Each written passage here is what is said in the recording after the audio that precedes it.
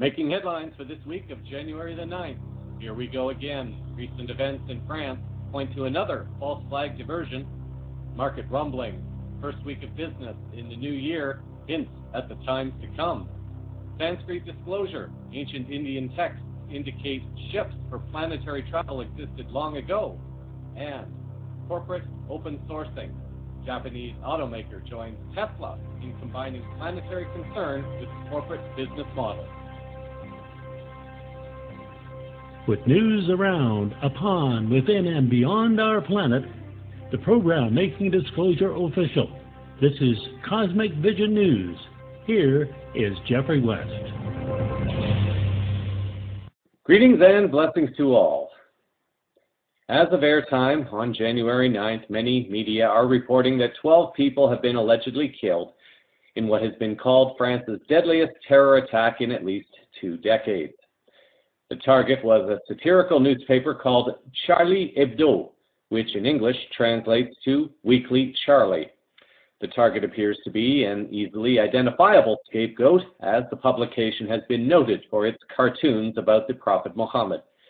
Mainstream media reports were indicating that the alleged shooters were identifying themselves as Muslim or as Al-Qaeda and were praising Allah and Muhammad. Just enough to raise some suspicion and questions about the legitimacy of the particular event in question. Ho-hum. Are we getting tired of these games yet? It seems the false flag game has moved into France now. One possibility of why France may have been targeted could be linked to the warning given to the French President Hollande from Israeli leader Netanyahu before France voted to recognize Palestine in late November of last year. Another possibility is that France may have been making plans to join the BRICS alliance, if they have not already done so. A third may be linked to a story carried by the BBC on January the 5th, reporting that France is wanting to end sanctions with Russia over the issue of Ukraine. CVN is choosing not to focus on the actual events that the mainstream media are reporting, as I do not wish to put energy or attention onto events being orchestrated by the global cabal. The emphasis of this story is focusing on the evidence that is starting to come to light that supports the argument that the events in France were orchestrated as yet another false flag diversion or false flag excuse for some other cabal attempt to start or justify a conflict. I have to be honest with you and say that I only started looking at this story several hours before airtime. I originally did not really want to touch this story. Therefore, all information should be taken with one's own discernment because I have compiled this information rather quickly. However, Gordon Duff and Stu Webb discussed the events on Veterans Today Radio, and here's what Duff had to say about those events. Well, I do forensic analysis of events, some expertise. I looked at the HD video that was on Live Leaks. The weapons that are used don't expel shell casings. The sound from the weapon are the sounds of AK-47s that are loaded with blanks. I sat with Kevin Barrett. I went to the street address on Google Earth where this supposedly occurred. I pulled my premium Google Earth, the little man, down to street level, and we went up and down every street within a square mile. And no, that was not a street in Paris that they showed, that this was in a movie studio or another city. Anyone who's been in Paris knows they do not have sidewalks like that. The cars are not parked like that in Paris. That is not a Paris scene that's used. That is entirely false. The bullets that came out of the AK-47s and struck the sidewalks and walls, and an AK-47 shoots a bullet that has a steel rod inside for penetrating body armor. It will break away a baseball or larger sized piece of concrete. Or a guy points one right next to a guy's head and then fires away from his head so that the blank doesn't kill the cop, who's later seen walking around after he's dead anyway. And when this bullet supposedly strikes the sidewalk, it has less of an impact than dropping a BB. The film we see is falsified. It's not Paris. It is nowhere in Paris. It is not the neighborhood they suggest. The weapons are not real. I'll tell you what an AK-47 sounds like in an urban environment from personal experience. Bullet traveling down the barrel above the speed of sound. As soon as that barrel leaves, you get a sonic boom. The noise is crack, like that, not thump. And then you have the echo from the buildings. So when you're recording the sound, the microphone, every time you fire an AK, it goes crack, pop, like that. So many times, and any of you out here who are veterans that did this in Fallujah or Tikrit or up and down the streets of Baghdad, and a lot of you have, know exactly what I'm talking about. That's the noise. Bullet comes out, high-pitched crack. And then you get the pop noise afterwards. Funk. No, no, no. Paris, cars parked 5 feet apart? No. Sidewalks without motorbikes on them? No. Sidewalks without dog doodle on them? No. No. And we ran, Kevin there and I sat and ran all those streets. We turned in the address, went up and down. We both lived in Paris. It's beyond a joke. That and this guy sticking out the window here, the Israeli tourist journalist or whatever, carefully watching this. Well, I'll tell you, I'm in the first floor window and I've got guys with AKs shooting up and down the street. And I'm thinking, I don't want them coming in the door here, or they're watching me photograph, or I don't want to get shot. The whole thing, all actors, all actors, this whole thing, it makes, I can't even describe this. This is just absolutely disgusting. This is the most childish thing I've ever seen. Absolutely childish. That and the fact that where it was filmed does not exist in Paris. Isn't there? There is nowhere in that city looks like that. And there isn't a street I haven't walked in Paris.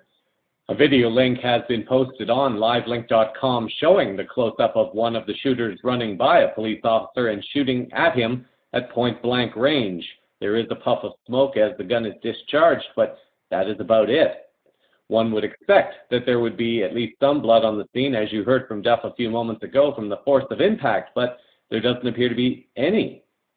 In digging a bit more deeply, I was pleasantly surprised to discover that journalist commentator Pepe Escobar, in a story posted on Veterans Today, noted a few of the same observations I mentioned moments ago. Escobar noted at least some of the telltale signs that it was a manufactured event, the biography of one of the alleged shooters identifying his terrorism or alleged terrorism background, and it was splattered all over the place. A full narrative was immediately ready for mass consumption, and others also. As is always the case with false flag events, once the evidence starts flowing in to expose it as a false flag, manufactured event, the next question immediately follows as to who benefits or profits from the event or events. Escobar writes, "Cui bono? Who benefits then with killing Charlie? Only those whose agenda is to demonize Islam.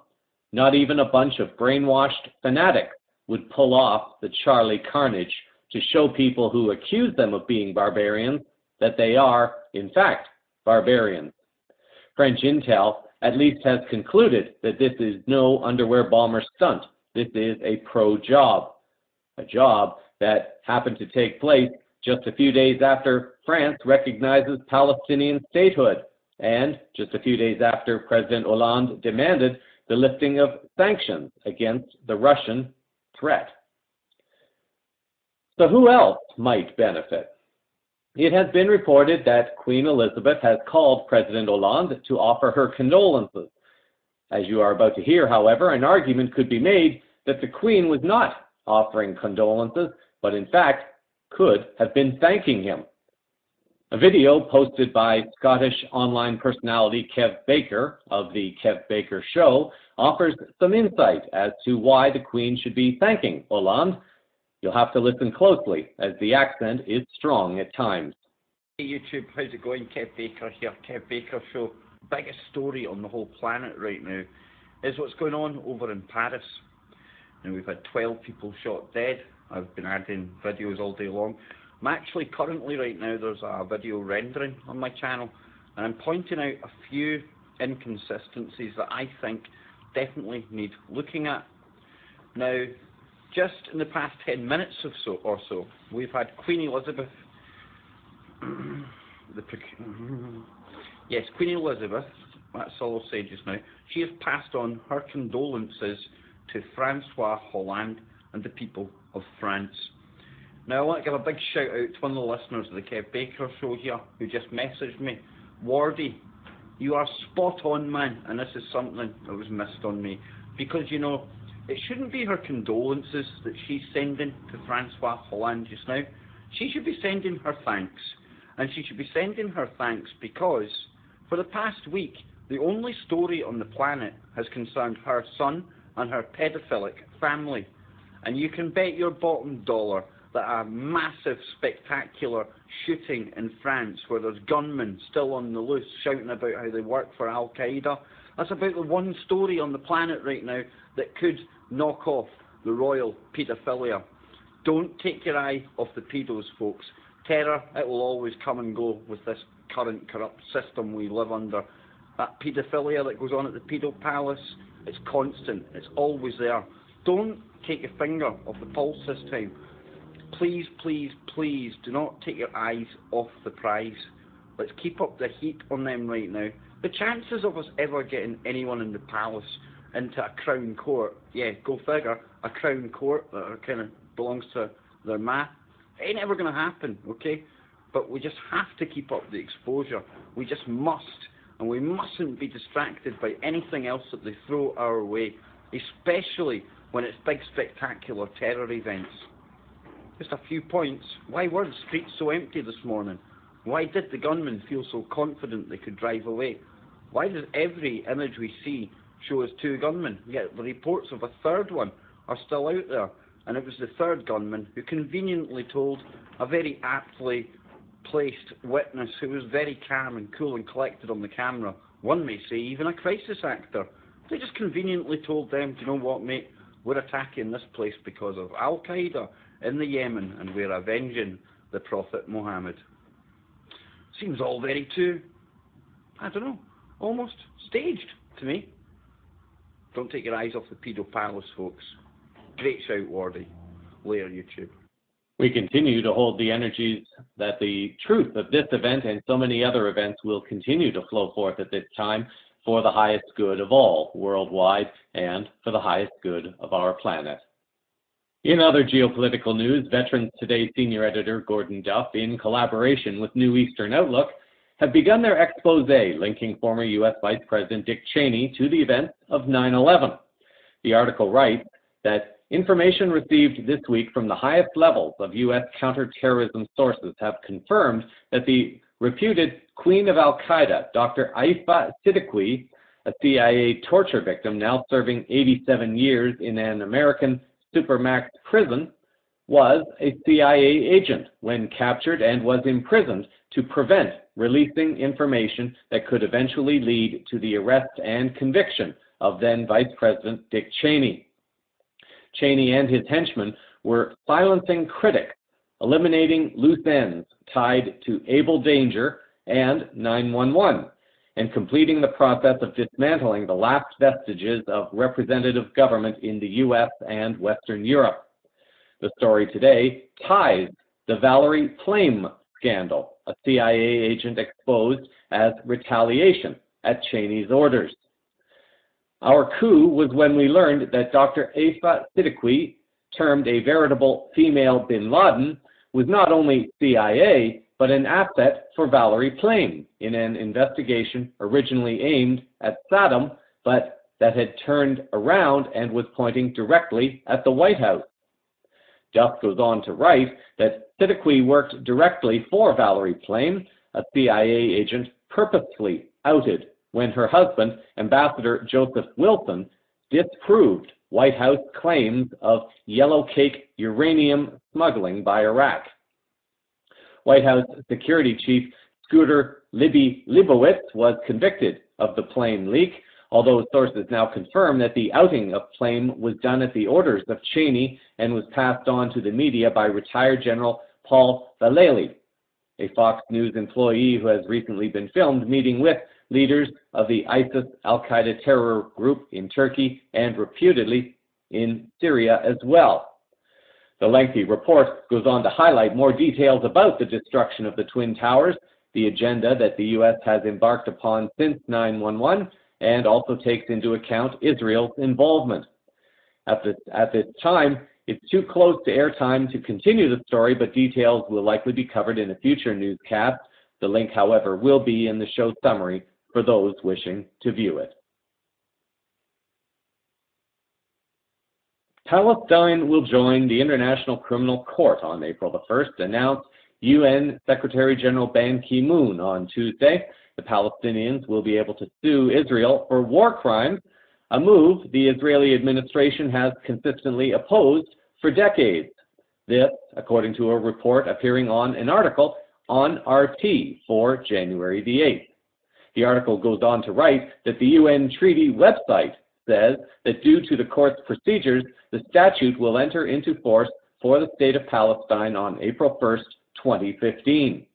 Along with the ICC application, the UN chief approved other sets of documents enabling Palestine to join 16 international agreements, conventions, and treaties. The reaction from Israel was swift. The article writes that Israel's immediate reaction was negative. We will not let Israeli Defense Forces, soldiers, and officers be dragged to the International Criminal Court in The Hague, said Benjamin Netanyahu at the start of a weekly cabinet meeting, according to Agence France-Presse. The Israeli administration immediately applied financial pressure on the Palestinian Authority, freezing the transfer of $500 million shekels, or just over $127 million, in monthly tax revenues it collected on behalf of the Palestinians. The U.S. joined the financial pressure on the Palestinian Authority on Monday when the Obama administration announced a review of America's annual $440 million aid package to the Palestinians. As AP Associated Press pointed out, once the Palestinian Authority applies any case against Israel to the International Criminal Court, U.S. financial help to Palestine will cease immediately under American law. One has to wonder about the actions of countries when Palestine is punished for merely joining an institution of law. Clearly, there are acts of intimidation taking place which are seeking to prevent many truths from being made known at this time. In financial news for this week, if the first trading week of the new year is any kind of bellwether for how the rest of the year may unfold, we could be looking at a lot of bad news, good news happening, depending upon the global perspective one is choosing to hold in this current moment of now. We start with a couple of stories being reported by Bloomberg, a mainstream business news site that has traditionally been highly regarded. What is perhaps interesting to note is the fact that this site appears to be starting to cover some of the topics that are related to the geoeconomic changes that are starting to unfold at this time. Mark Schenk, in his Bloomberg article for January the 5th, reported that the benchmark oil price has fallen below $55 US. And in fact, as of airtime on January 9th, the Brent price of oil was just above $50, while the WTI index was a little under $49. According to the article, Mike Whitner, head of oil research at Societe Generale SA in New York, was quoted as saying that the market is continuing to price in weak fundamentals in the first half of this year. There's also been a return to risk aversion because of Greece, something we haven't seen in a while. In a Reuters article via the Huffington Post, it was reported that the broad sell-off in stocks is a result of traders knowing where they don't want to be invested before identifying the next buying opportunity. This, according to Gordon Charlop, managing director at Rosenblatt Securities in New York. There's a lot to digest right now, he said, regarding the side effects of the trampling of oil prices. Aside from the positive effect it has on consumers, traders are figuring out where the plunge in energy could be negative for other sectors of the market.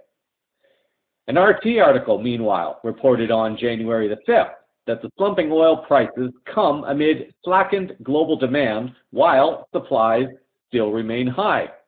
Oil production in Russia and Iraq surged to the highest level in decades. Iraq exported 2.94 million barrels a day in December, which is the highest since the 1980s. Asim Jihad, a spokesman at the oil ministry in Baghdad, told Bloomberg on Sunday. In addition, the Iraqi oil ministry said on Sunday that it plans to increase crude exports to a record in January. If Iraq is selling this much oil, it appears that the country is now back on the playing field of global trade. Therefore, could someone please tell me what the rate of the Iraqi dinar is? RT had reported back in mid-December the energy minister for the United Arab Emirates as saying that there were no plans to increase the price of oil even if the oil price goes under $40. Grant Smith, writing for Bloomberg on January the 9th, wrote that if there was ever any doubt about the strategy of the Organization of Petroleum Exporting Countries, or OPEC, its wealthiest members are putting that issue to rest. What Bloomberg appears to be missing, and this is what has others guessing, is the question of why this is happening. Smith, in his article, appears to be taking the position that OPEC has weaponized the price of oil against U.S. shale drillers. To be fair, there could very well be some truth to this statement or action. As CVN has reported previously, there has been speculation from various sources that the lowering of the price of oil was actually initiated by the U.S. as an economic weapon against Russia, but the Western media had to find someone else to blame from the Middle East. I am the first to admit that I am not a financial expert, nor do I understand the complexities of the current 3D paradigm of debt-based economics. One must use one's own discernment if one feels that I'm not quite on track with what I am learning and feeling about what is happening in the global market. Trying to make sense of what is happening by looking at any single story by and of itself will not help anyone anymore. There has been speculation that Saudi Arabia, having been pushed a little bit out of the loop by an ally, the U.S., is said to be considering a move to join the BRICS alliance of countries. Assuming this to be true for a moment, it might very well explain why Saudi Arabia is willing to let the price of oil sink low. The reason for this may be found in an article posted by Preston James and Mike Harris on the Veterans Today website on January the 7th. James explores how a remarkable opportunity has now arisen for Russian President Putin to bust the U.S. dollar and the criminal banking system behind it. James writes that in jiu-jitsu, the goal is to wait for your opponent that is attacking you to commit to a line of action and then to harness your opponent's power and use it against him or her. President Putin is known to be a master of martial arts and appears to be using the principles of jiu-jitsu to topple the Western banks, especially in regard to his support of the BRICS Development Bank. The new BRICS Development Bank is now up and running and is part of his master chess strategy and is known to be seriously stressing the U.S. petrodollar. The BRICS banking system is known to be based on gold, silver, and real commodities, unlike the Rothschilds' largest franchisee, the Federal Reserve System. A major sustained drop in world oil prices could easily collapse the Western banks, since it is estimated by experts that at least 40% of their worldwide derivative holdings are dependent on high world oil prices. Apparently, the goal of this manipulated drop in world oil prices by the agents of the OCC, as Preston James calls them, was to create serious financial stress for the Russian Federation and for Putin in an attempt to bring them to their knees. In a true jiu-jitsu move, what if Putin now dropped the price of oil even further to maybe $15 per barrel and increased production to flood the global market with legal oil, not stolen oil. How long before the criminal Western banks collapse under the stress of the derivative contracts they currently hold? Following this logic, the U.S. has attempted to throw a punch by lowering the price of oil, hoping to knock down Russia. However, Russia has turned away from the punch and actually grabbed the arm of the U.S. and is now using the force of their punch against them by forcing the price of oil even lower.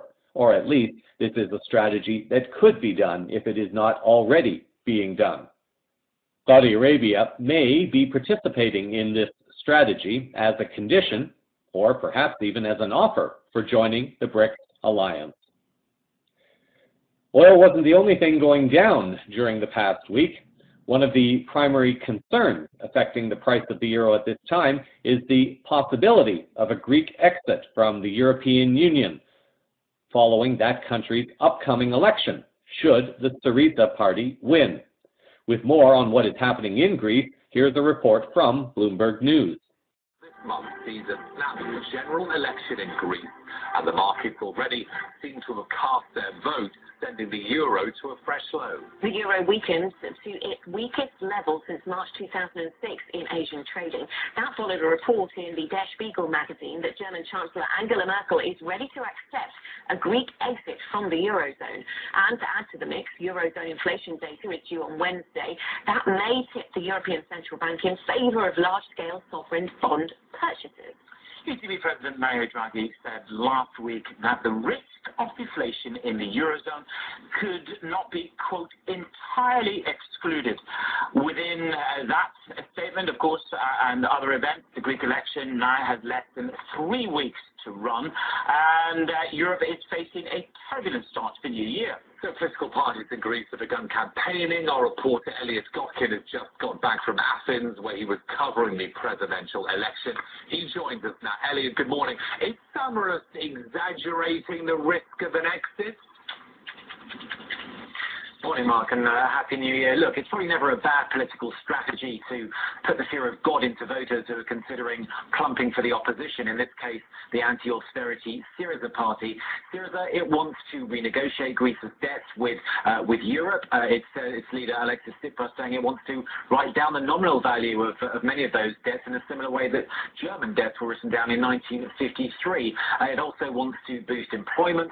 It wants to boost jobs. It wants to raise the minimum wage, and it wants to bring an end to what it describes as the unreasonable and catastrophic austerity policies that have been visited on Greece these past few years. But the Prime Minister, Adonis Samaras, says that will lead Greece to default, to bankruptcy, and ultimately to an exit from the euro, that rather ugly word that we used to have, we thought we'd put in the past, the Grexit.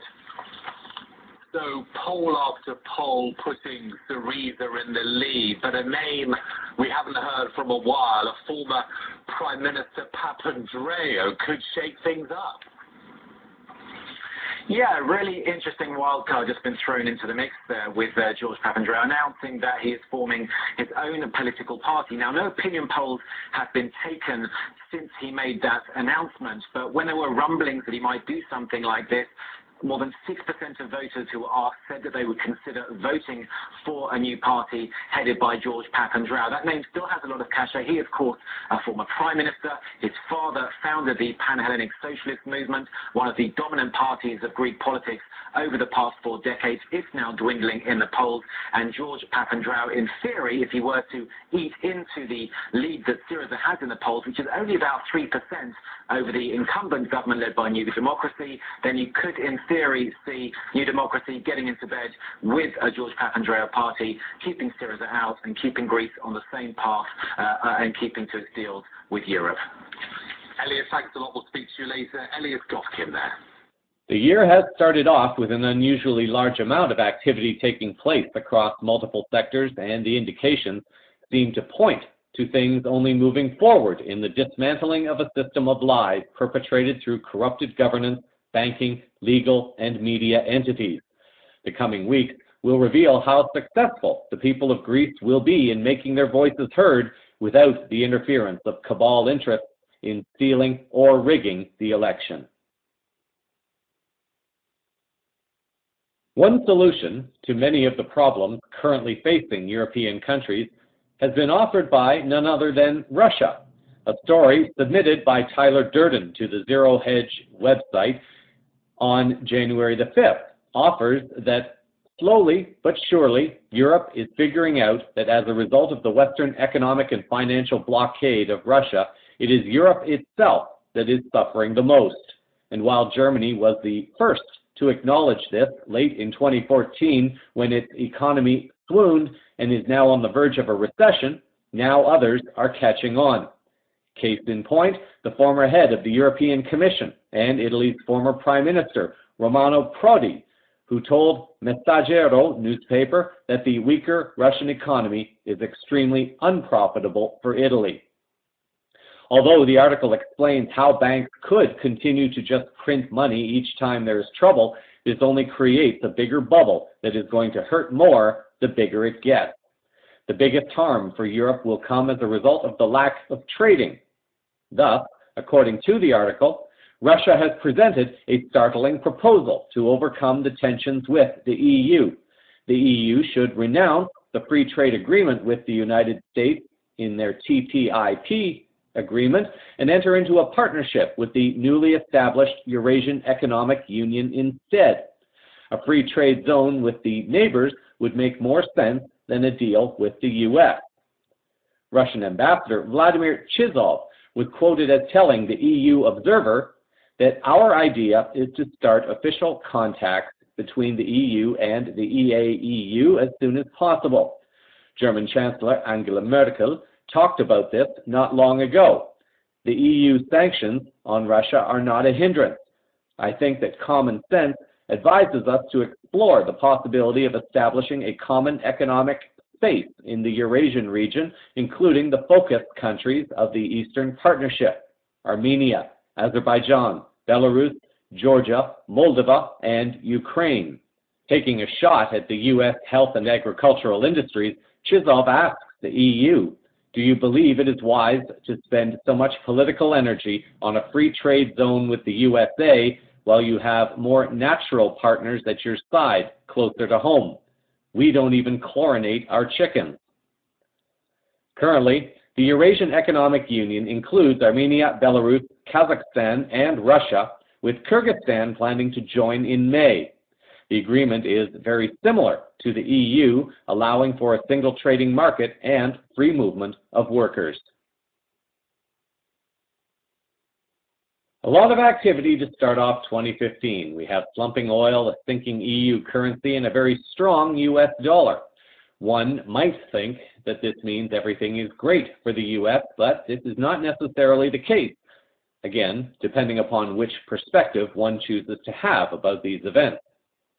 An article by Jim Willey, posted on the silverdoctors.com website on January the 5th, sums up what he feels is now happening.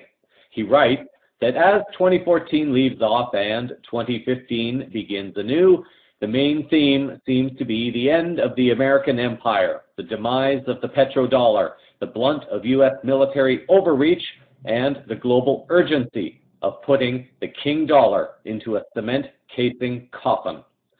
The global movement will gain strong momentum to end the dollarized, terrorized nightmare. The entire world is coming to realize that the US dollar is wrecking the financial structures, ruining economies, forcing colossal debt abuses, while its defense is a grand threat to world peace. Willey goes on, the extension of time before the execution has required pilferage of foreign adversary wealth and confiscation of foreign allied wealth. The fascist business model will soon suffer a closed final chapter, an inevitable conclusion to 2 decades of extraordinary theft, pilferage, and grabs that have recently been in full view with little attempt to conceal the actions. Many are the deceptions as features to the diverse and powerful endgame underway and in progress. Any currency supported by hyper-monetary inflation on one side, profound bond fraud on the second side, rigged markets on a third side, and war on a fourth side is no longer honorable or worthy of further viability. Willey lists 29 indicators that he feels point to ultimate demise of the US dollar despite the illusion of its current high value. A few of these points are as follows in no particular order. The US dollar is described and portrayed as strong when its higher value relative to other worthless fiat paper currencies indicates the entire financial structures are breaking down in visible terms. US stole Ukraine central bank gold, but blamed Russia for annexing Crimea during the simplistic distraction. The US pushes a free trade agreement with Europe and with Asia as positive growth devices when the agreement is loaded with corporate power grabs in patents, legal procedure, and internet censorship. The US talks about isolating Russia like childlike aggressive morons, while US-led sanctions have backfired to isolate the United States from the 170 nations within the BRICS alliance. The US talks of BRICS as crippled nations destined to falter when they are strong with ample resources, not much debt, ample cheap labor, improved education, and utterly huge reserves, amounting to somewhere around 65% of the global reserve wealth. These are just a few of the perspectives offered by Willie. Discernment, as always, is required. Some may agree completely, some not at all, and others will agree with certain points. Use whatever is meaningful for you at this moment of time and set aside the rest. Some points may later be shown to be correct or not correct as the curtain rises on what appears to be the final act of the drama of the global cabal banking and legal systems. In general news, we take a look at the media. Sadly, there are still many out there who feel that the mainstream media is honorable and that they are doing their jobs with the highest integrity. There are those who are critical of the alternative news journalists or programs for whatever reasons make their hearts sing. Those people are looking for any reason to justify their current worldview that the Western media is honorable. Anytime an alternative journalist says something, it is immediately brushed off as not true. Cenk Uygur, host of his news program, The Young Turks, himself an alternative news journalist, offers a commentary about the mainstream media and an amazing bombshell admission for a mainstream journalist. So Chuck Todd had a number of comedians on Meet the Press to talk about the end of the year and all the things that happened in the news. He had W. Kamau Bell and Louis Black. As Louis Black was talking about the news and the state of the media, Chuck Todd accidentally admitted something that is very interesting. Watch.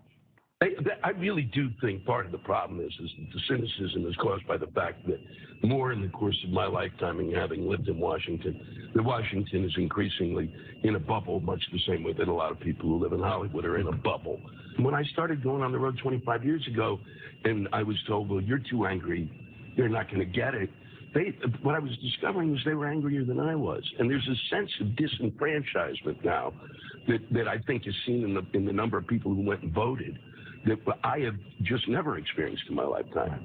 And I've watched you and everybody else where somebody comes on, and I don't know how you do it, because I don't know how you do it. I'd be barking at them. Because they'll sit there and go, and you sit there. We all sit there because we all know the first time we bark, the last time we do the show. Yeah. There's something sometimes, or it's the last time you're ever, all of a sudden, nobody will come on your show, right? There is that balance sometimes. Oh, there it was. Wow, what an admission, right? I mean, that's what we've been saying on the show for a long time, right? And that's part of what I said about MSNBC, where Chuck used to also work, right? Where I worked and why I left. And there he just admitted. He said the first time we bark is the last time we do the show. And he also said, and this is really important, it's about access, right? He said they won't come on our show anymore if we bark. Bark, all that means is hold them accountable. Aggressively. It doesn't mean yelling. It doesn't mean screaming. It doesn't mean losing your temper. It means, hey, listen, you said this, but it isn't true. Or here's where you got the money. Now, it seems that you vote almost 100% of the time with the way that your donors want you to vote. Isn't that interesting, coincidence? Well, oh, you're barking, Chuck. You're barking. Barking up the wrong tree, okay? And that'll be your last show. So access is a huge part of it. And obviously what your bosses think and how they don't want you to bark is an enormous part of what's wrong with the media. See, Louis Black is right. sometimes people say, I'm angry. Well, there's even a whole movie called Mad as Hell about us, right? But the reality is that the people are angrier. The number one comment I get in the streets is, I'm so glad that you get to express my outrage and my anger, and it makes me feel better. Now, what they don't talk about is, what are we angry about? We're angry that the politicians don't represent us anymore. And it's obvious that they represent the powerful, the special interests, the ones who are paying them through campaign contributions and through really lucrative jobs after they leave office. But those are the things that are left unsaid, because the first time you say it, it'll be the last time you do a show on the mainstream media. That's as devastating an admission as it gets. So understand that that's why you have the lukewarm press that you do, because it's structured to be that way.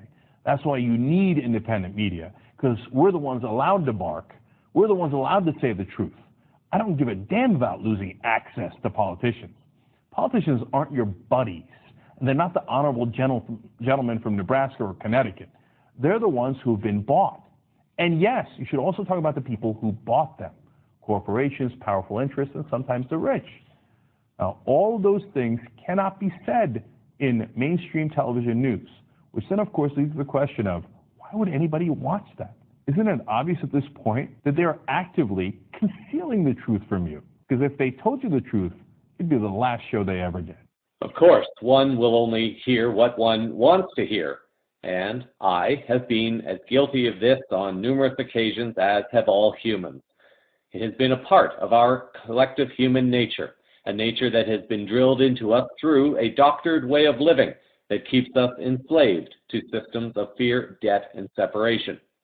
It is also one aspect of our human nature that is beginning to be released as we take this collective step into a higher vibration of human and planetary consciousness, step that now allows for all the events that are being revealed at this time without having to hear a mainstream media spin on those events. In disclosure-related news for this week, we have a few stories to take a look at.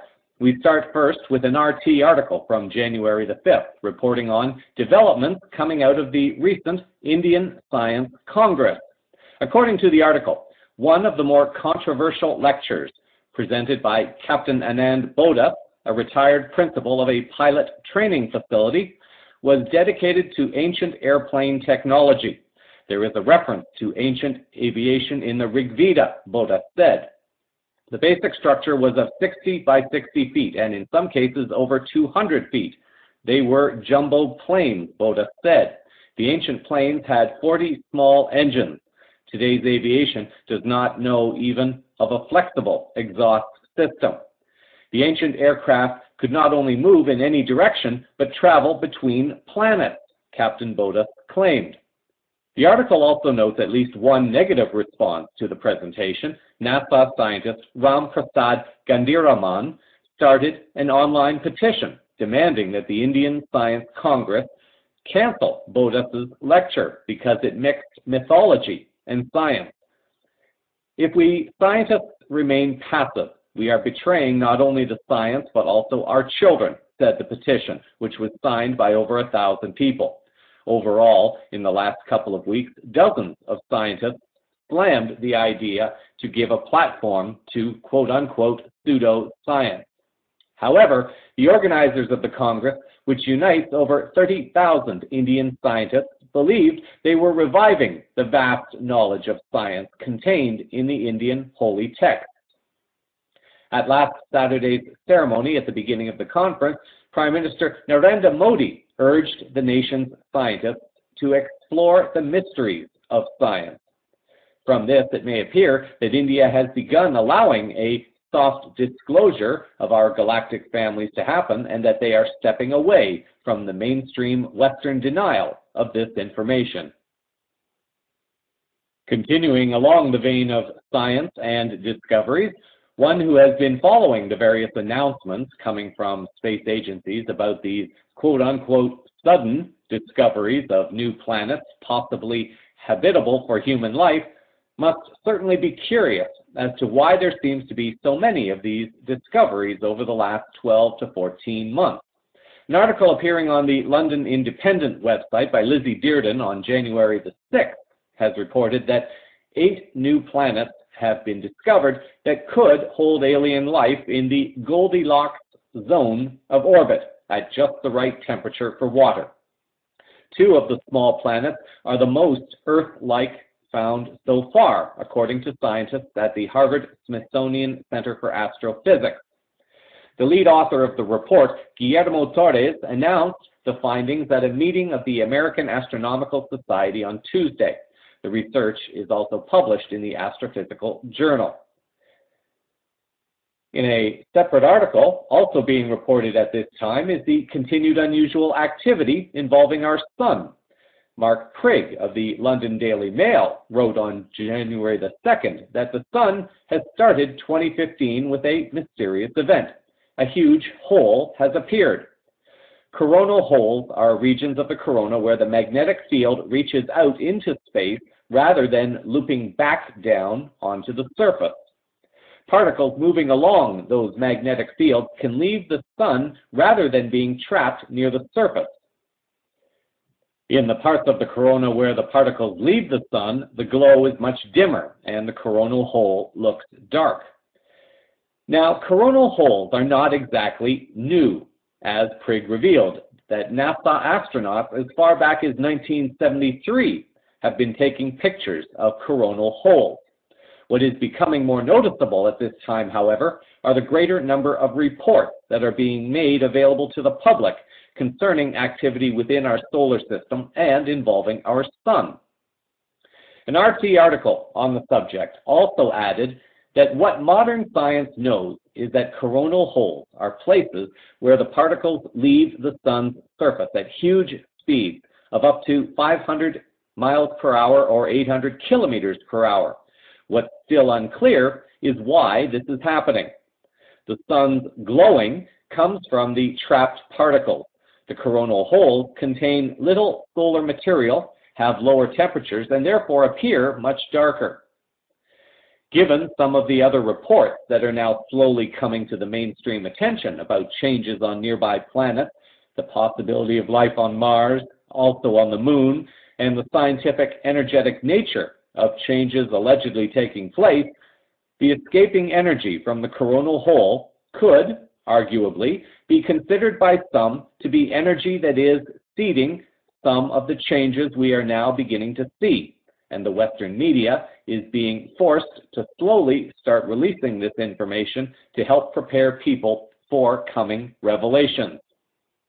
Numerous alternative news websites have also speculated that the sun is in fact a giant Stargate portal. An article even back in 2010 appearing on the Examiner.com website reported the following. Physicist Nassim Haramein says ET UFOs access our solar system through the sun's Stargate. Giant Earth-sized UFOs have appeared before around the sun and have been monitored and recorded by NASA's Stereo spacecraft. The present giant solar UFO wave, which commenced on January 18th of 2010, is the most recent of a recurring phenomenon, of course, back at that time. Haramein may have successfully explained giant solar UFOs in terms of quantum physics and singularity theory.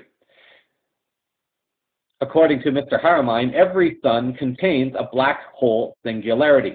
Advanced extraterrestrial or interdimensional civilizations wishing to access our solar system with large Earth-sized spacecraft can do so through the Stargate of our sun.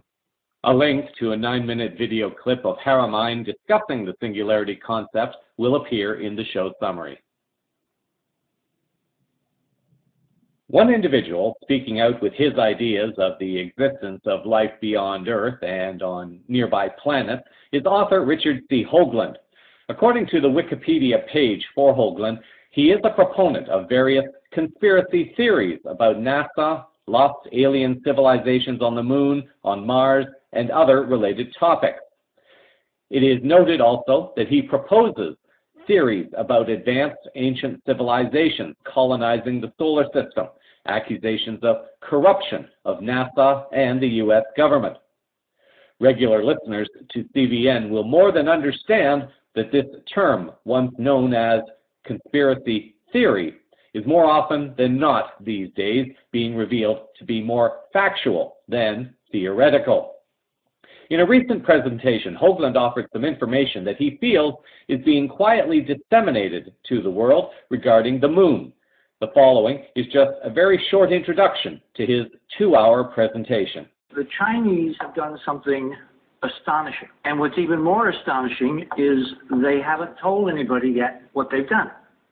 What they've done is to take pictures on the moon with their Chang 3 lander and Jade Rabbit rover, and they have put them out on official Chinese websites all over the world showing astonishing realities that have confirmed everything that we have seen looking at the NASA data for the last 30, 40 years.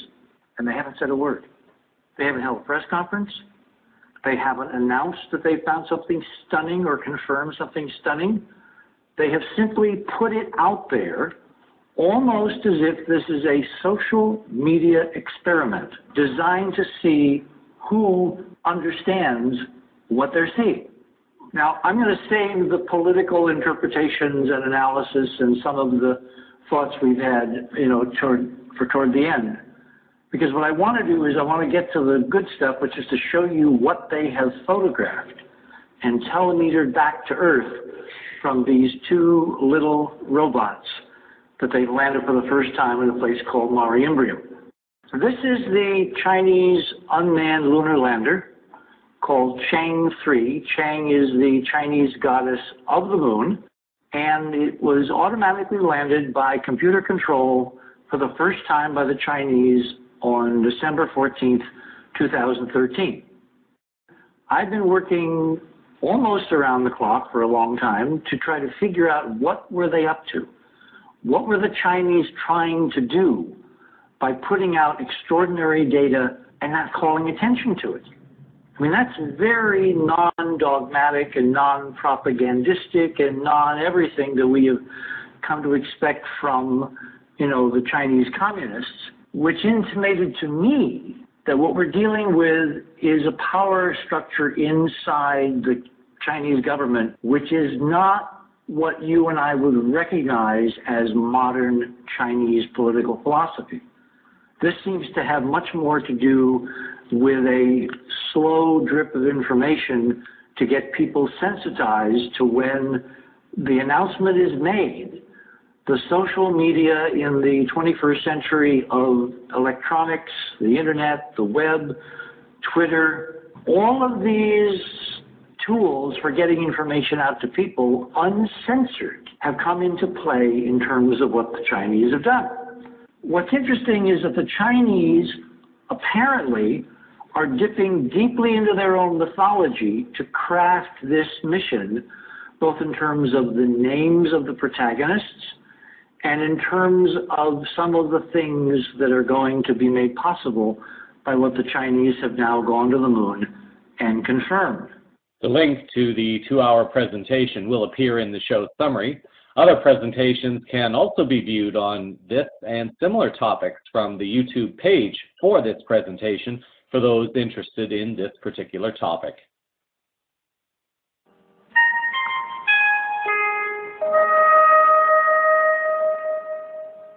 The 7th of a series of petitions launched by Stephen Bassett of the Paradigm Research Group in order to force the U.S. government into finally ending the truth embargo through the acknowledgement of the existence of our galactic families and the revelations of an ET presence engaging humanity is now underway.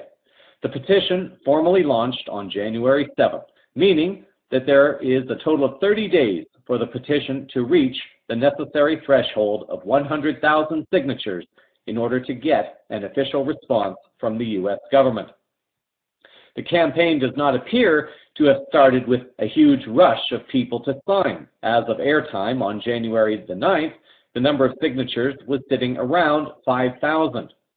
With so many people standing up and speaking out for disclosure at this time around the world, it is perhaps a little surprising that people are not at least curious, if not extremely interested, in hearing what the U.S. will try to say officially this time in light of greater interest, proof, and information being shared and exposed by whistleblowers worldwide. It would make sense for high-powered officials within the BRICS alliance or within the South American countries to band together to force this upon the U.S. government while promoting this to their people also. A global voice calling for the end of this cover-up will not only reveal the truth and expose the lies, but also lay the initial framework that much more quickly for a massive paradigm that is coming regardless. Would it not be better coming sooner rather than later? On January 6th, Nancy Detweiler asked readers of her blog the following question: would you prefer to bequeath to your children or grandchildren a planet existing openly within universal love, or a planet enslaved by the behind-the-scenes power elite? On January 8th, Detweiler followed up on this by also writing, with disclosure and with an end to the truth embargo, every problem on this planet could be solved. Do not fool yourselves into thinking that life is about as good as it can get. In reality, the people on this planet are being deliberately enslaved with debt. All types of mind control modalities are used on us. We are controlled in so many ways, many of which most are unaware. We have no real physical plane understanding of what life could be when everything is done with love. We could breathe clean air, eat healthy foods that contain no toxins, drink water that is fresh and not full of toxins, be healed naturally from illnesses that presently cause a great deal of suffering and debt. Have an abundance of everything because that is how our Creator God had created the universe. We have the opportunity to take about 10 minutes of our time, sign the petition, and thereby help to create a much better life for everyone. But very few are doing so, and at the present rate of signatures, we will get no response because our lack of signatures have said no to change. We live on a free will planet and must demonstrate our longing for a better life for ourselves, children, and grandchildren. Those who fully intend to continue enslaving us to satisfy their greed and thirst for power must be gleeful to see how successful they have been in keeping the silent majority in an emotional, mental, physical stupor. Millions around the world already accept this as truth, that our galactic families are there. Why does it make sense to continue giving our global collective power away to a significantly smaller entity that has successfully kept humanity in fear, debt, and separation for so long? The world's religions should be uniting for this truth. The global indigenous tribes who have access to technology should be pushing this. The leaderships of countries that have been subverted, controlled, and destroyed by this global cabal should be supporting this. Are you one who is ready, prepared, and willing to speak for the potential of a better future? There will be many who will try to argue that even if the threshold is met, they will find a way to deny the hearings. Let's explore a worst-case scenario for a moment. If that were to happen, and the petition has received 100,000, 200,000, or hopefully many, many more thousands of signatures, it puts the government in a very public spotlight of not adhering to the will of the people. The higher the number of signatures, the more the leaders of other countries will see that the people support disclosure. Even if the U.S. government decides not to honor the request, the number of voices will be enough to show leaders of other countries, such as Russia, that the world is ready for the truth and that permission is being given for other countries to take the lead. Let me put it as simply as I can to you folks. Even if the petition gets ignored by the U.S., it can still represent a huge global win and global consent for disclosure. It is a voice for change. This depends upon you, however, and whether or not you will choose to be an agent of change at this time. How important can one petition be? That depends, but I'll comment on that coming up shortly in this week's Final Word.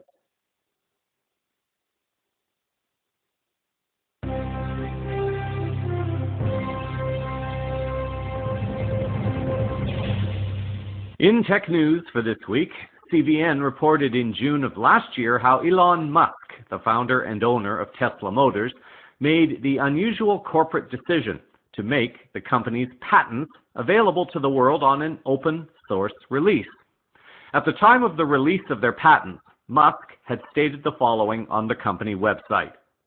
Tesla Motors was created to accelerate the advent of sustainable transport.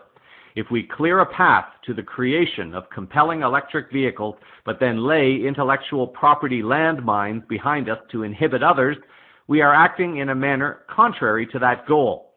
Tesla will not initiate patent lawsuits against anyone who, in good faith, wants to use our technology. Musk described how he initially believed that patents could be a good thing, but as he grew, he found that too often these days they serve merely to stifle progress, entrench the positions of giant corporations, and enrich those in the legal profession, rather than the actual inventors. In their wisdom and global foresight for the future, Musk wrote that it is impossible for Tesla to build electric cars fast enough to address the carbon crisis. Our true competition is not the small trickle of non-Tesla electric cars being produced, but rather the enormous flood of gasoline cars pouring out of the world's factories every day. Technology leadership, according to Musk, is not defined by patents, which history has repeatedly shown to be small protection indeed against a determined competitor, but rather the ability of a company to attract and motivate the world's most talented engineers. We believe that applying the open source philosophy to our patents will strengthen rather than diminish Tesla's position in this regard. Kicking off the new year, Japanese automaker Toyota has apparently seen the wisdom of the direction of Tesla, and they themselves have followed in their own way, instead choosing to focus on hydrogen cell technologies instead of electric technologies. An article posted on the autoblog.com website on January 5th has reported the following. Despite some disagreement on which gasoline alternative, electricity or hydrogen, will power the automotive future, it looks like the folks over at Toyota like the idea of making advanced technology easier for others to get their hands on. Toyota has announced now that it would let automakers who will produce and sell fuel cell vehicles, as well as fuel cell parts suppliers and energy companies who establish and operate fueling stations, to get free access to over 5,600 fuel cell-related patents around the world. That means if you're interested in building your own Mirai H2 car, you can now get some of the instructions.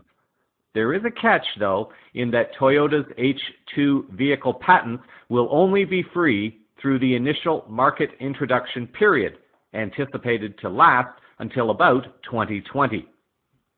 For anyone having difficulty connecting the dots about why or how this is significant, let me explain. You have a company that has both a planetary vision and a corporate vision, as opposed to a purely profit-driven corporate vision. The planetary vision resulted in a desire to create a new paradigm of transportation by making the current one obsolete. As has been witnessed over the last 2 decades at least, anyone who has attempted to bring in alternative fuel options for cars has been shut down or shut out. By making the technology open source, it means that people can build their own cars, putting the technology on the road sooner, which helps the planet but also creates the future market of what Toyota believes will still be vehicle transportation. With the flying cars that are starting to come into development at this time, we appear to be on the verge of a massive leap in new technologies, and this has started with companies demonstrating incredible foresight, but also humans worldwide who are willing to open source their free energy devices for the purposes of advancing the development of these technologies that can also help to shut down the global cabal. According to Toyota's Senior Vice President of Automotive Operations, Bob Carter, at Toyota, we believe that when good ideas are shared, great things can happen. by eliminating traditional corporate boundaries, we can speed the development of new technologies and move into the future of mobility more quickly, effectively, and economically. I would like to create that many people will be drawn to contribute to many of these patents to help move the technology further along as quickly, as easily, and as safely as possible, for the highest good of all at this time. With at least 2 car companies demonstrating a more Earth-friendly approach to creating a new business model, is there much going on in other sectors of the energy industry that are helping to create a new model to replace the existing one? The answers are there for those willing to look for them. A number of countries in Europe have seen the writing on the wall, and back when the technologies were still more expensive to develop, at least one country, Germany, has moved forward extensively in creating a superior solar energy infrastructure network for the future. Why this has not been reported on extensively in North America is pretty much obvious, as it would cause too many problems for those controlling the petroleum and electrical energy generation companies on the continent. The media has been bought and controlled to suppress this knowledge from getting out, that the technologies are becoming cheaper, thanks to countries like Germany, and that these technologies can be a viable solution now if people start demanding answers from their government representatives. The Real News Network is currently preparing a 9-part series of reports on the movement towards a green economy. In Part 3, TRNN spoke with Robert Pollan, co-director of the Political Economy Research Institute, and he comments on what other countries are doing to set the example. I'm Paul Jay, and we're continuing our series about how do we get to a green economy with Bob Pollan. So we've been talking about why we need to and what it might look like, and watch the first segments and you'll know why and what. But now we're going to talk about what can we learn from other countries. So first of all, talk about some positive examples. Are there models in the world that could be applied in North America that make some sense?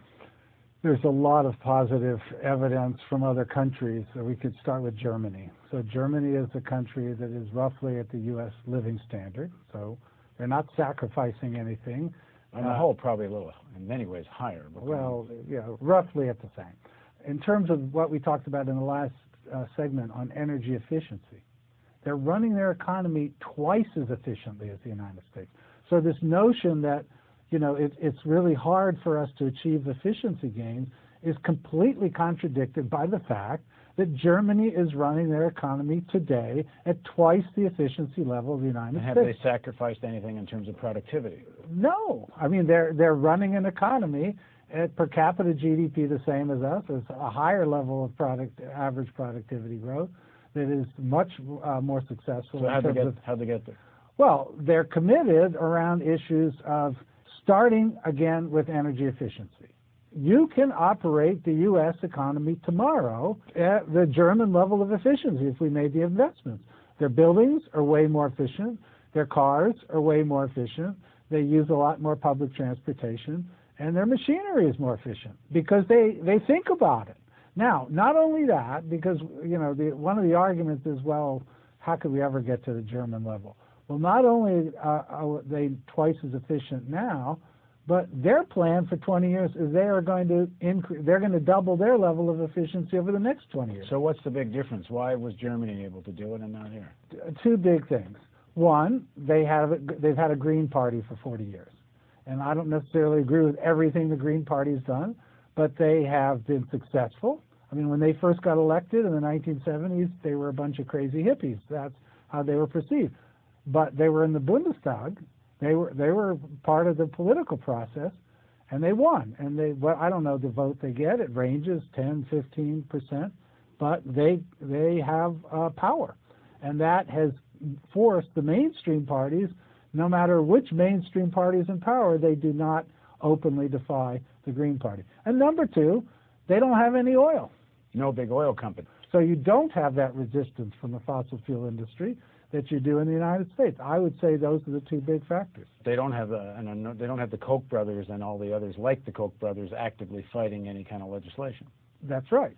And I assume the preponderance of Germans believe there actually is such a Well, thing as if you climate talk change. to, anecdotally, as I've done, if you talk to Germans, and if they say, you know what, it's going to cost us $1,000 a year to do this, which I don't necessarily think is true, and we can get into that. But they say, so what if it costs us $1,000 a year? We're a rich country, on average. We can afford $1,000 a year. I mean, there's a rural town in Germany whose name I can't remember right now. They are operating on 100% green energy. And it wasn't because they were ultra greens. It was because they figured out by operating at high efficiency and relying on wind power, in their case primarily wind power, they could do everything they wanted. And they didn't have to spend a lot on bringing oil and bringing utility-based electricity into the community. To highlight an example of just how progressive Germany has been, an article by Jane Bürgermeister posted on the RenewableEnergyWorld.com website back in 2009 reported that the German parliament buildings in Berlin were about to become the only parliament buildings in the world at that time to be powered by 100% renewable energy. This article noted that a new roadmap published by the German Federal Ministry for the Environment sketches out the route the world's largest exporter plans to take to switch over completely to renewable energy and add 800,000 to 900,000 new clean tech jobs by 2030 as it does so. In the full interview with Poland, he addresses some countries that are doing better and others that are doing worse. Poland seems to come to the conclusion that especially the most significant polluters, but indeed all countries, would be wise to spend a small portion of the national gross domestic product on clean energies and green technologies. Poland cites an example of two countries that are reasonably close in terms of their gross domestic product, Brazil and South Africa. Brazil is highly efficient, whereas South Africa is not, as it is dependent upon coal. The per capita emissions per person amounts to about 4 tons in Brazil, where it is closer to 14 tons in South Africa. If you can now picture this, the U.S. currently sits around 18 tons per person. CVN may be using a few more reports in the coming weeks from this series for those seeking validation that this industry is potentially viable, especially within North America at this time, even if there are those who are claiming the opposite. The full interview can be viewed from a link in the show summary. In health, one quick story to note for this week. It seems there are many who seem to be coming down with illnesses of different kinds at this time. There are a few important things to keep in mind when considering illnesses. The most important is that if one is feeling ill, the body is trying to communicate something. It means that the symptoms have been ignored to the point where the body finally says, if you are not going to pay attention to the warning signs I am giving, then I will shut you down for a while to heal. In the fast-paced lifestyle that has been created and marketed to humans worldwide, humans are taught to immediately go to doctors to treat whatever comes up. The main reason for this, of course, is so that one can get back to that fast-paced lifestyle as quickly as possible so one does not lose money. As long as one can cover up or mask the symptoms, one may still attempt to go to work, which can often add to the weakness the body may be experiencing, and thus another physical condition, one that is potentially more serious, may develop in a future moment of now. As the energies of the planet and of human consciousness continue to rise, more and more humans are experiencing issues that are coming up for release and healing.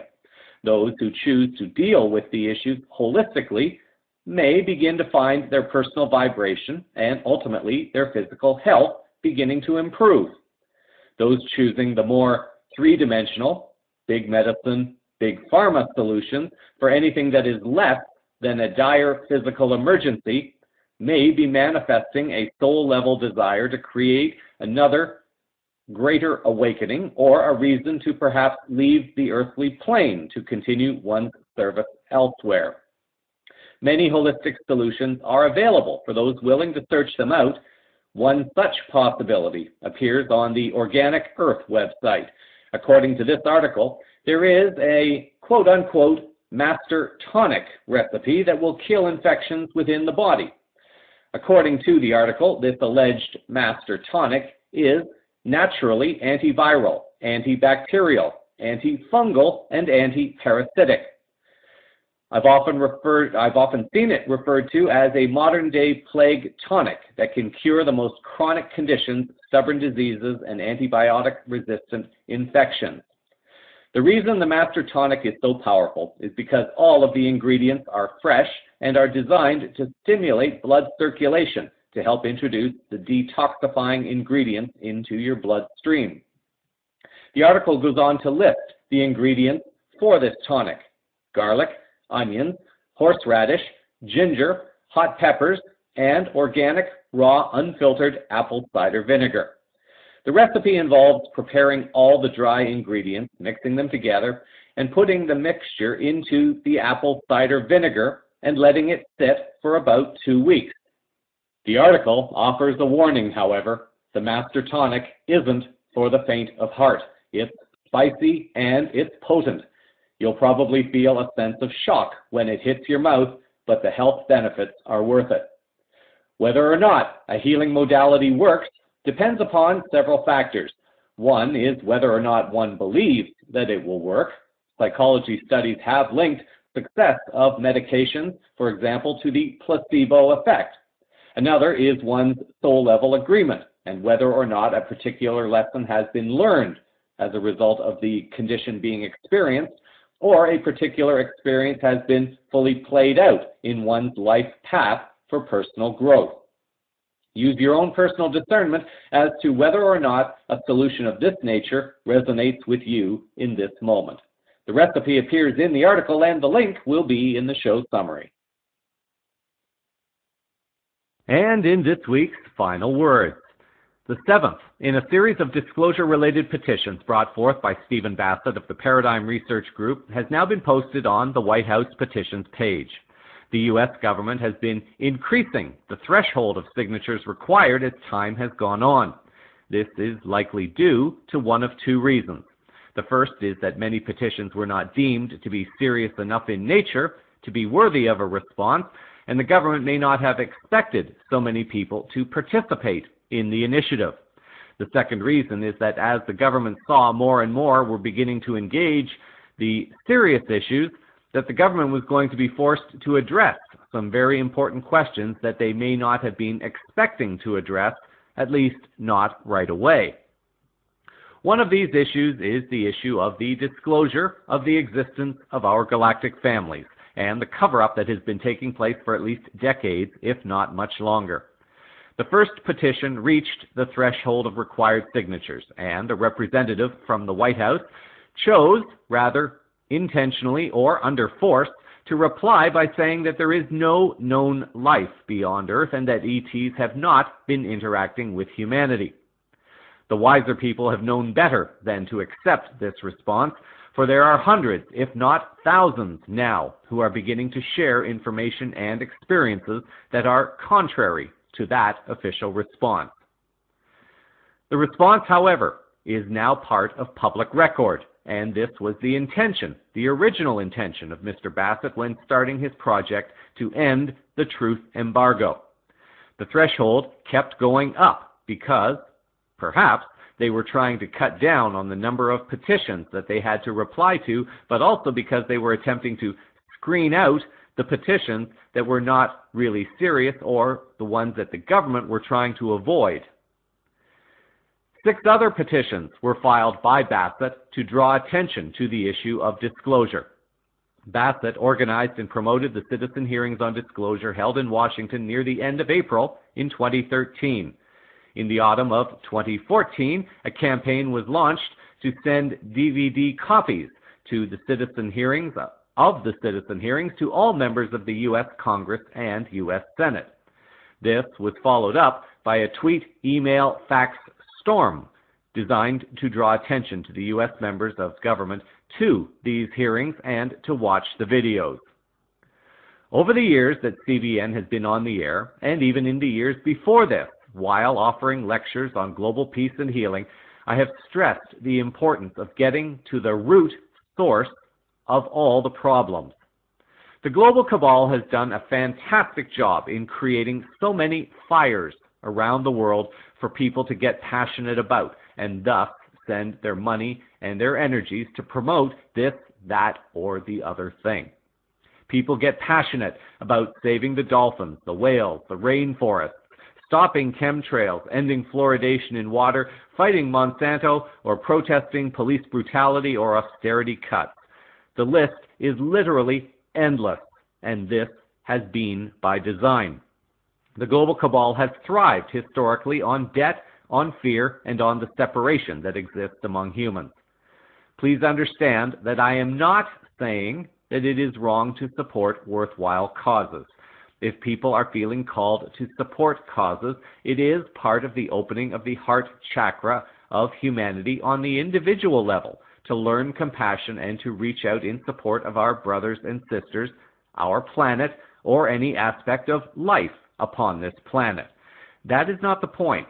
Part of the point is that most have not been aware of how the global cabal has put their greedy hands into almost every facet of our way of living, and this has included charitable organizations and goodwill institutions. People have often believed that they were doing something good by supporting certain charitable organizations, be they cancer-related, disaster relief-oriented, or whatever. In the Haiti earthquake of 2010, numerous charitable organizations lined up to collect donations allegedly in support of Haiti.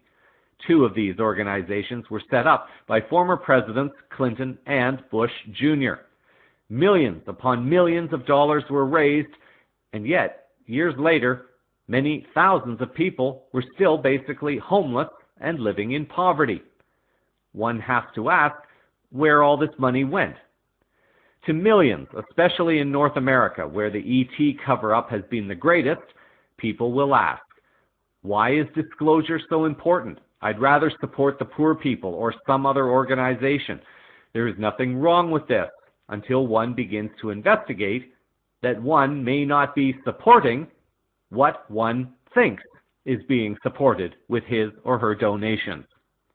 As people awaken more and more to the truth of how humanity has been enslaved and abused on multiple levels over multiple decades, this awakening leads to frustration about how one can actually do something good without that goodness being abused or stolen for the benefit of those who have been enslaving humanity and destroying our planet for profit, power, and greed. So many might be inclined to ask, what else can I do if my vote means nothing? I am a slave to a system of debt and fear, and anything I do try to do is controlled by interests, stealing my money, my time, and my energies anyway. Why would I waste time supporting a petition calling for something that has no meaning to me personally, nor will it change anything on our planet? It is understandable that many might feel this way. Many who are awake and aware, however, also understand that when the official news of the existence of life beyond our planet comes more into the mainstream, it is going to mean significantly more to humanity and our planet than what many can even think about at this time. Until one begins to see just how so many geopolitical and geoeconomic events are interconnected, and how all these interconnections lead to a small group of humans who derive their profit and pleasure from harming humanity and our planet, one may not be able to comprehend just how significant the domino that is disclosure represents, until that domino falls and the chain reaction begins to be seen around the world. The global cabal is losing its power, and this can be observed in the many whistleblowers coming forth to tell their stories, and they are still living to tell them. The world economy, dominated by the formerly powerful US dollar, is now being removed. The criminal legal system of admiralty law is being exposed for the tool of commercial enslavement and control it represents. There are thousands of patents, over 6,000 of them, that have been kept militarized or otherwise hidden from humanity. Technologies, many of which allegedly come from a non-Earth origin. that can improve life upon this planet almost overnight. Some companies like Tesla and now Toyota are leading the way in releasing their patents so technologies can become available much more quickly. The final revelation that we are not alone in the universe and that civilizations have been interacting with humans for decades will be a game changer, especially when these families are revealed to be benevolent and peaceful. Now, not all galactic families have been peaceful. Some have been helping the global cabal over these last few decades. This does not mean all galactic families are bad, just as it does not mean all humans within certain groups around our planet are bad. This petition has the potential to force politicians to admit that their gig is up. With a unified voice of 100,000 signatures or more, the government that has been primarily responsible for one of the biggest cover-ups will be forced to hold hearings and ultimately finally concede that we are not alone. As this domino begins to fall, so too will many other dominoes, the ones that humans have been hiding behind as their justification for their current worldview. A worldview that is now in very rapid transformation at this time. Many countries and many credentialed individuals have come forth to support and prove this existence. The world has just not heard about them because of a controlled effort by the Western media to keep this information as quiet as possible. Therefore, this petition does not represent just a simple announcement that has no meaning on humanity or our planet. It has the potential to start into motion a movement that will ultimately bring down the house of cards that the global cabal has built up over decades and arguably centuries. As I mentioned earlier in the broadcast, even if the U.S. government decides not to honor the request, the number of voices will be enough to show leaders of other countries, such as Russia, that the world is ready for the truth and that permission is being given for other countries to take the lead. Considering one of two futures for the children of our planet, to either remain as ignorant slaves to a system of debt and fear, which is not going to happen anyway, or to move forward as a birthing galactic star nation with the health, abundance, and technologies to create a way of living that is no longer tied to this group of souls who have forgotten who they are, what would you rather choose?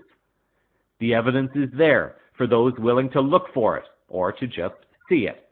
It is our future, and it is our children's future, and it is our planetary future that depend upon the removal of this global cabal at this time. This will only happen with conscious choices made by humans willing to stand up and speak for the truth to be known. Let this domino fall and watch what unfolds after this. Create a wonderful week until our next moment of now.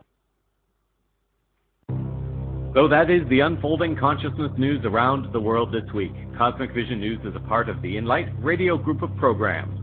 Links to stories used in this broadcast are published in the show summary on the blog at cosmicvisionnews.com and on various social media network sites. This broadcast will be uploaded to the CVN YouTube channel within the next few days. Thank you for sharing your time with me. I'm Jeffrey West, reminding you that to exist is to change. To change is to mature, and to mature is to go on creating oneself endlessly. Until our next moment of now, stay grounded in love, hold the vision of light and peace in your hearts, and keep your eyes to the skies. Disclosure is unfolding all around you. Namaste.